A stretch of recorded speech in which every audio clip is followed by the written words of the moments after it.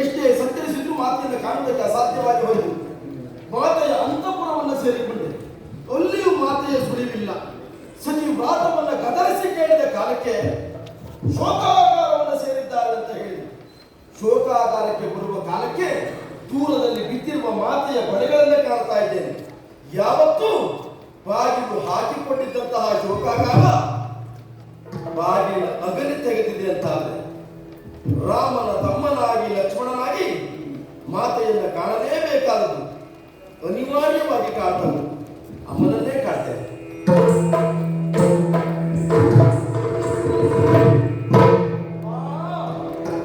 ಜಯ ಜಯ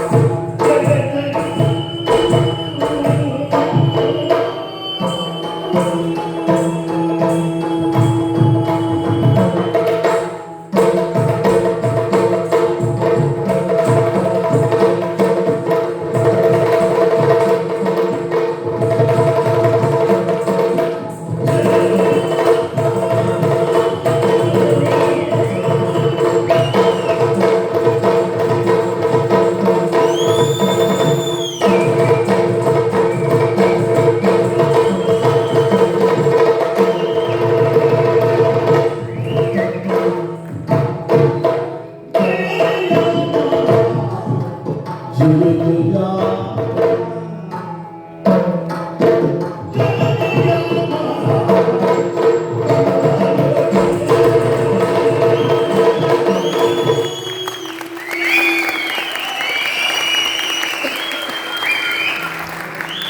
ಜಯ ಜಯ ಜಯ ಜಯ ಜಯ ಜಯ ಜಯ ಮಹಾ ಕಮಲಲೋಚನೆ. ನಮಗೆ ಜಯ ಜಯ ಎನ್ನುವಂತ ಉದ್ಗಾರ ಹೊರಬಂದ ಕಾಲಕ್ಕೆ ನೆನಪಾಗುವುದು ಆದಿಮಾಯಿಯದ್ದು.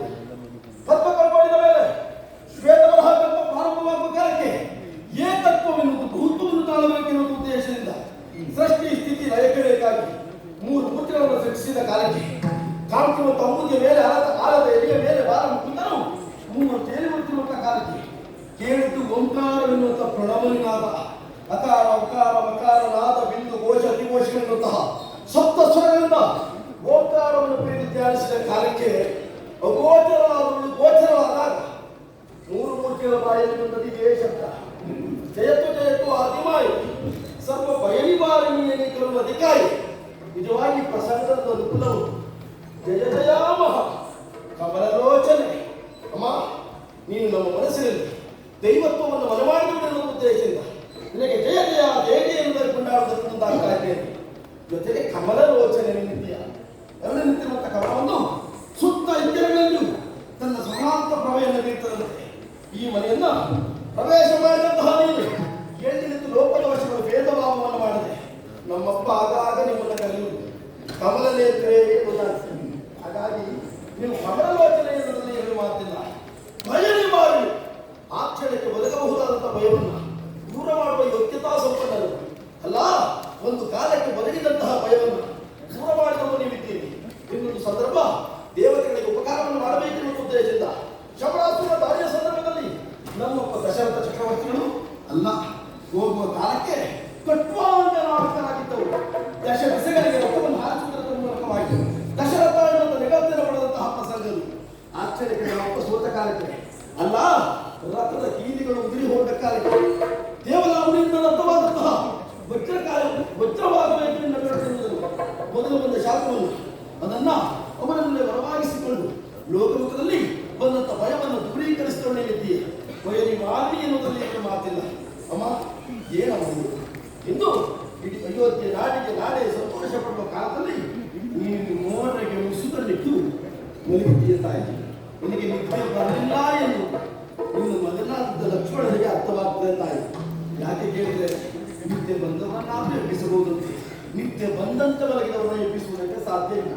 ಯಾಕೆ? ಚಿತಾದಹತಿ ದೇಹ, ಚಿಂತಾದಹತಿ ಜೀವಿತ. ಚಿತೆ ಎನ್ನುವುದು ಸತ್ತ ವ್ಯಕ್ತಿಯನ್ನು ಸುಟ್ಟರೆ ಚಿಂತೆ ಎನ್ನುವುದು ಬದುಕಿದ್ದ ವ್ಯಕ್ತಿಯ ಜೀವನವನ್ನೇ ಸುಡುವುದಕ್ಕೆ ಮುಂದಾಗ್ತದಂತೆ. ಚಿಂತೆ ಏನಮ್ಮ ನಿಮ್ಮ ಮನಸ್ಸಿಗೆ ಸಂತಸದಿಂದ ಪಟ್ಟವನ್ನು ಕೊಡಬೇಕು.